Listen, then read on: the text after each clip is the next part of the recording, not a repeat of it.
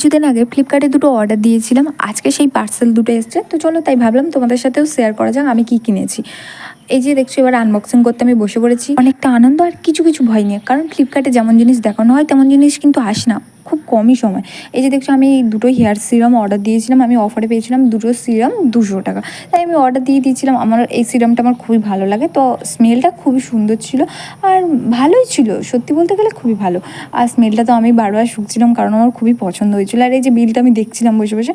আর আরও একটা পার্সেল ছিল যেটা আনবক্সিং করা বাকি ছিল, ওই পার্সেলটার মধ্যে ছিল লোটাসের সানস্ক্রিন, আর ওটার SPF ছিল 20, আমার নিয়েছিল 200 টাকা। দামটা যেমন প্রোডাক্টের তুলনায় খুবই কম লাগছিল, সেরকমই আমার মনের মধ্যে একটু একটু ভয় কাজ করছিল যে প্রোডাক্টটা কেমন হবে। এবার চলো পার্সেলটা খুলে দেখা যাক যে আমার ভয়টা সত্যি না মিথ্যে।